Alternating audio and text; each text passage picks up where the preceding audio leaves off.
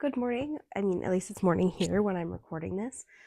I know it is almost mid-May, and I'm just now getting to our March/April update.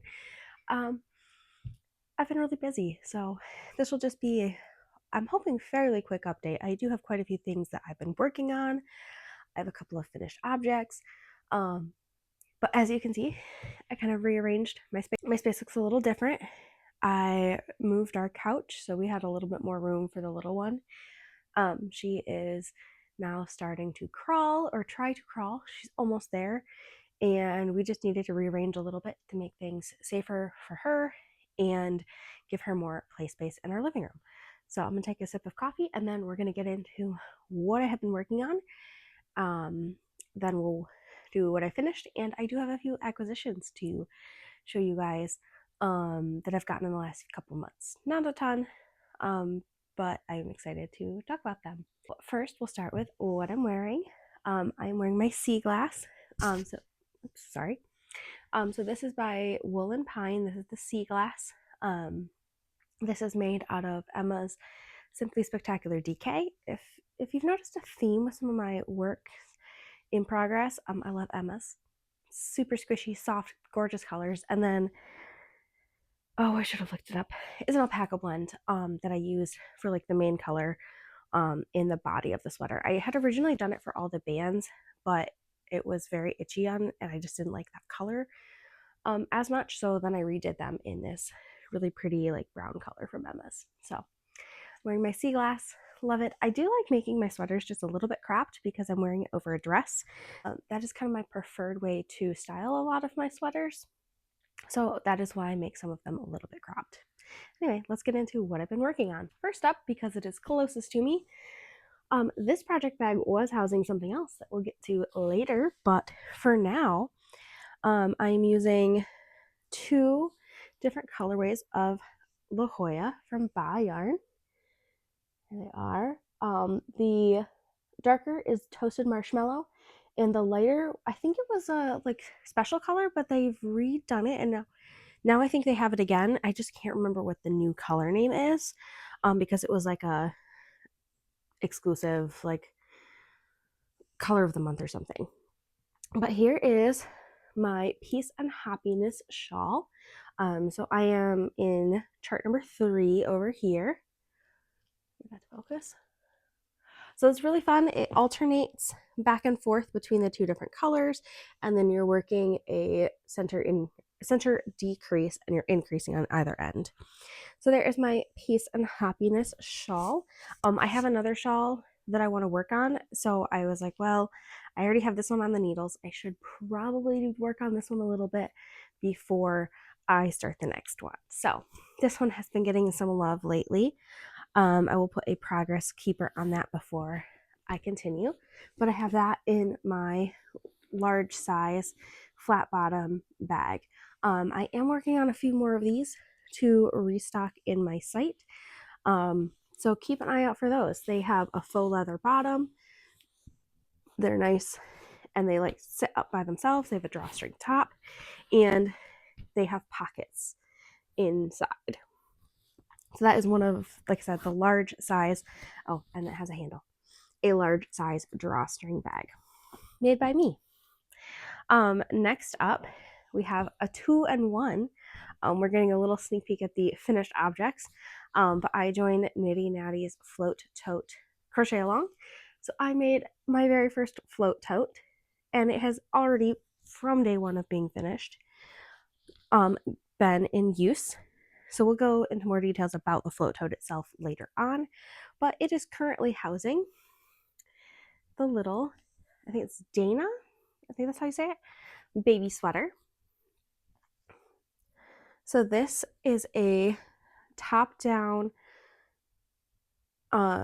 sweater that, if you'll notice this little gap here, you start the collar, and I want to steek this, which is why I'm doing just like a 1 stitch or 1 row stripe, and it has been split for sleeves for a while, and I'm working on the main body. This will be a little sweater for my daughter. I am making this in like the 2-3 size, so she can wear it either this winter or the following. I'm not really sure. She's growing so fast. I don't know when she'll get to wear it, but I'm making this for her. And then once I get the body done and the ribbing on the bottom, I am planning to steek this and make it into a little cardigan. So super cute. I love the way these colors look. I'm using this, shocker, it's Emma's. This is Set Sail for the main, and then I have a little tiny ball right here. The other one's kind of squished in there, is Calypso. And the Calypso is left over from my second ab sweatshirt. And the Seaside I had bought to do the bands with a contrast color. And I decided that I did not want them contrasting. I wanted it to all be one color. So now it's getting turned into a baby cardigan. So I have another whip that I just realized is at my parents' house because I was there yesterday and I was going back today. So I left it there. So I'll put a picture of what I'm working on here. It is another baby sweater. This one is a size 18 month, and I had to do some math and mess with the gauge. So when I have it and can show you, I will go into more detail for my May update when that is all done. All right.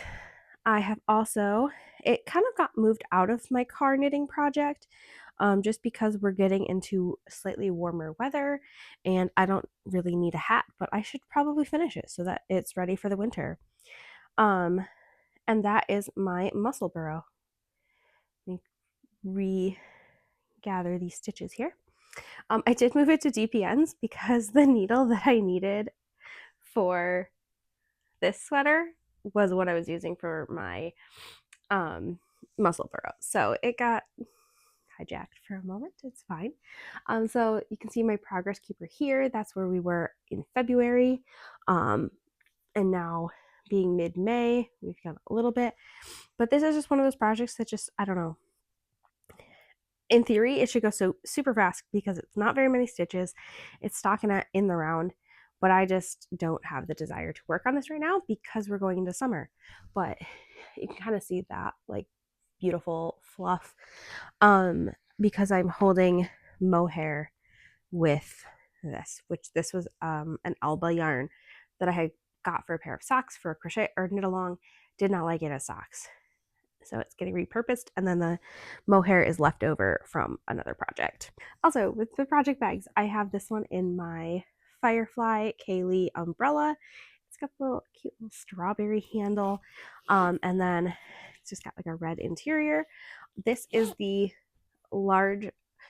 Now that I'm thinking about it, I should rework these sizes. But for now, this is the large zip bag that I also have available. I don't have any currently made in this print, but I can make more. So this is another made by me bag. These are also available in my shop as well. So the large size of the zipper and drawstring bags. Surprise, surprise. Have another bag that I made. This one's a simpler, just like drawstring, it is boxed, but non faux leather bottom, and this one does not have pockets. So this is just a simple like project tote. Makes it easier to transport things.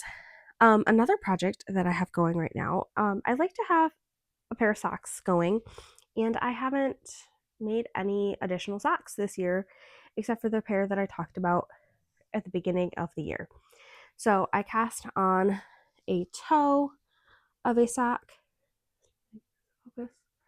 So there is a toe, and then I cast on, and I just started working the increases on a second one, and then my plan is to put these onto one needle and work them at the same time once the toe is done. I'm just following the kettle chip sock. I will link that below. And I'm going to doing the 64 stitch on a 1.5, and then once I get through the toe, I'm going to do a 2x2 rib for the whole sock, and then it's an afterthought heel. So this is kind of a mess right now because there's multiple yarns and multiple sets of needles, but that will be a kettle chip 2 at a time sock once I get that going. myself, I prefer to make my socks on a magic loop versus 9-inch circulars. I've had some wrist pain issues, and I have found that with a 9-inch circular, that super, super small circumference really, really aggravates my wrist. So magic loop is more comfortable for me. I would prefer to do it on a 9-inch just because then I don't have laddering issues and I can just kind of go, go, go, go, go. But I have found, especially on like a 1.5 or 2, that is very uncomfortable on my wrist. So I don't do that. We do magic loop. So now we kind of have another 2-for-1. This is a finished object / work in progress because I finally picked up my drop spindle and I made yarn. So it has not been washed or I don't know what the actual like term for it is. It's not blocked. I can't remember, but it is kind of just loosely wound into little hanks here, and I need to tie this off and give it a soak and then let it dry to kind of set the fiber. But it is something that resembles yarn. For my first drop spindle attempt, I think this is pretty good. It is definitely what I would consider like an art yarn. And I can also tell just by sitting and not having washed it right away that some of that twist has come out just a little bit. And this was the first one. My little loop got really messed up here. Here's the first one that I did. I definitely have learned a lot since I did these two little bits of fiber. And this one I found incredibly difficult to draft. And I think that's why I ended up with so many issues with it. This one was okay. This was the first one I did. And then I picked up this. I have no idea what type of fiber it was. I have no idea where I got it. I don't remember. I have had a drop spindle for, I'm not even kidding, like probably 15 years, because I was in middle school and we went on a trip to Boston and I got one then, and at like some historical museum thing. This was like so long ago. And I got that white fiber then. I don't know where I got the pink. But now I'm working on my third project, which is this super soft, fluffy blue. Again, I don't know what any of these are because I don't have labels for them. And when I was buying fiber, when I was like, I'm going to learn how to use my drop spindle like 7 years ago, I didn't really pay attention to any of that. And I know a lot more now. So there is my spin on my drop spindle. And I do think I want to upgrade my spindle at some point, but I want to practice more, and I love it so far. But I want to eventually get one that has like a bigger spool here. And I've also seen a lot about supported spindle spinning, and I think that may be for how I've been drafting and spinning. I think a supported spindle may actually be a better fit for me. There are a couple of yarn festivals in the West Michigan area where I am later in the summer, and I might try to go to that and see if I can try out some different options. But I have this blue here, and I am planning on plying it with this one has a label, Shea Day fine top merino top. This is a 4-ounce braid. I did like a little swatch here. So I do plan on plying the blue with the gray. And I think I don't know. I think it may end up like a worsted. But yeah, my plan is to ply it with the gray. So I think I'm going to split this braid into 2 and then do a 3-ply. So far I've only done 2 plies, but I think I can do it. I think I can try a 3-ply. And if I don't like it, then it's fine. I'll just make it a 2-ply. It'll be fine. So yes, I'm spinning yarn.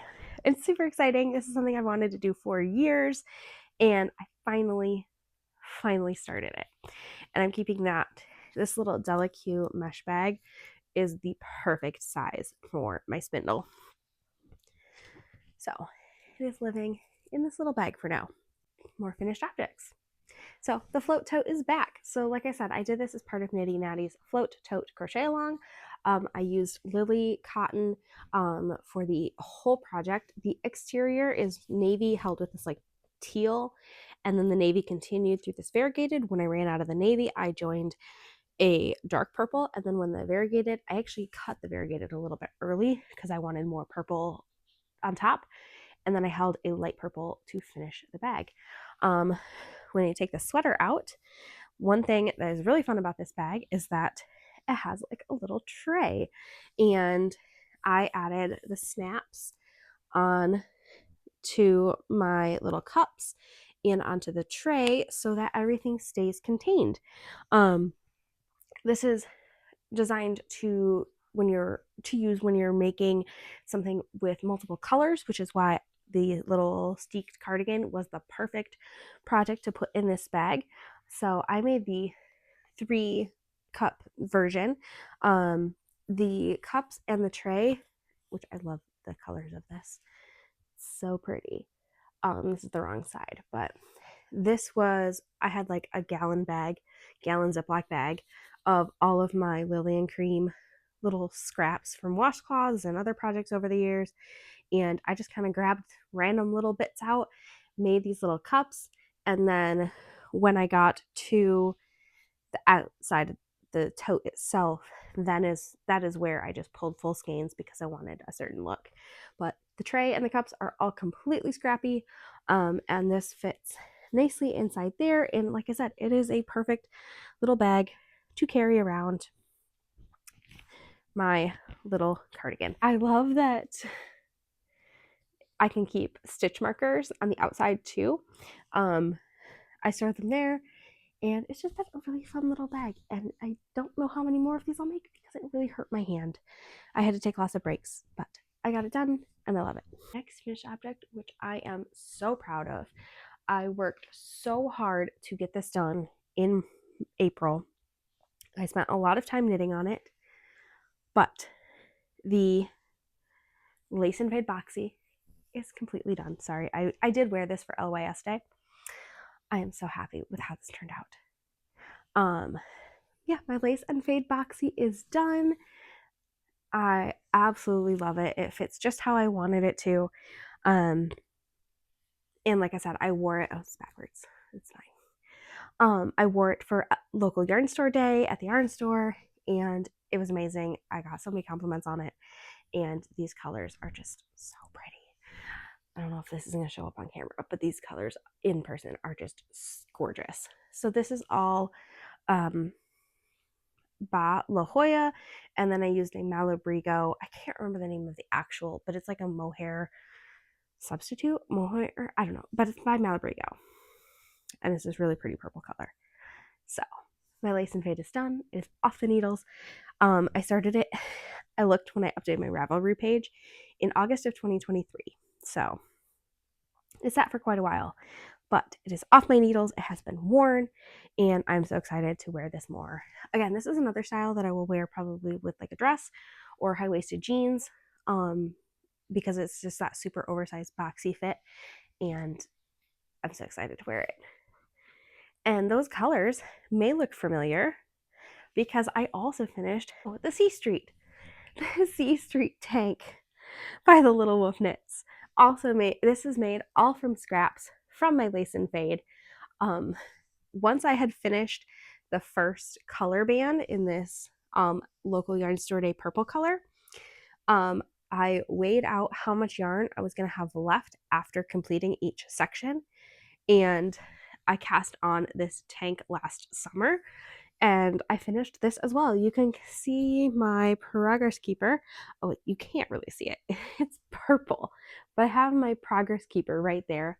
I switched these from the cute little clay ones because I did block both of these before they were done because I wanted to see where everything was laying. So they got a little mid-project block. So my C Street tank is done. I 100% honest with you that I did not actually follow the pattern for the armbands or the neckband. I just picked up stitches till it felt right, and then I did a 2x2 rib. So I did make sure to count my arm holes on both sides to make sure that they were even, and I did a 2x2 rib on the bottom. But yeah, I did count these stitches just to make sure that they were even on both sides, and yeah, I probably could have done a few more stitches, but it fits. I like the way that fits. I have not blocked it since I finished the arm and the neck, but it's fine. What else? Oh, I was also gonna say that when I had initially tried this on after blocking, I thought this armhole was super big, and then I forgot. Oh, I'm gonna add a band on there, and it fits perfectly. So trust the process. But yes, my C Street tank is done, and I'm excited to get to wear this again now that the weather is warming up and it is tank weather. I think that is all I have to show for works in progress slash finished objects.